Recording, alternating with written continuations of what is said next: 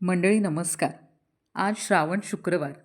तुम्हाला सगळीकडूनच सुखसदने शशिवदने अंबे मृगनयने गजगमने सुरनमने कोल्हासुरमथने सुरवरवर्षितिसुमने करुणीयानमने किंवा जय देवी जय महालक्ष्मी वससी व्यापक रूपे तू स्थूल सूक्ष्मी जय देवी अशा सुंदर आरत्या ऐकू येत असतील.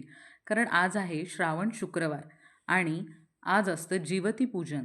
आई म्हणते अखंड सौभाग्यासाठी आणि मुलाबाळांच्या प्रगतीसाठी प्रत्येक सुवासिनी श्रावणातल्या शुक्रवारी हे व्रत करते, उपवास करते. संध्याकाळी जीवतीचं पूजन केलं जातं आणि त्याचबरोबर तिला पुरणाच्या दिव्यांनी ओवाळलं जातं. दुधा फुटाण्याचा नैवेद्य दाखवून महिलांना हळदी कुंकू देऊन तो प्रसाद देऊन फुलं गजरा असं सुद्धा दिलं जातं. काही ठिकाणी जागरणंसुद्धा असतात. तर आमच्या घरी ही पूजा खूप सुंदर होते. आई ही पूजा इतकी सुंदर करते की मी काय सांगू.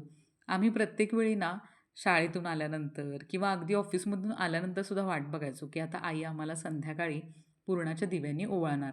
ती बाबांना, भावाला, मला, बहिणीला खूप मायेने ओवाळते आणि या पूजेची मग सांगता होते आणि त्याच्यानंतर मग नैवेद्याची लगबग.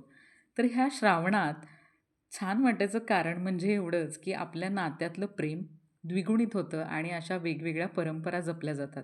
एकंदरीतच काय तर श्रावण शुक्रवारी जीवती पूजन, सुंदर आरत्या, दिवे लावणं, रांगोळ्या, पुरणाचे दिवे आणि दुधा फुटाण्याचा प्रसाद असं एकंदरीतच सगळीकडे सुंदर मंगलमय वातावरण असतं.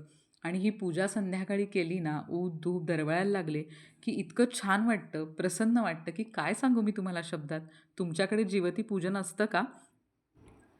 हे तुम्हीसुद्धा नक्की सांगा. आमची पूजा कशी वाटते तेही सांगा आणि मला सबस्क्राईब आणि फॉलो करायला विसरू नका.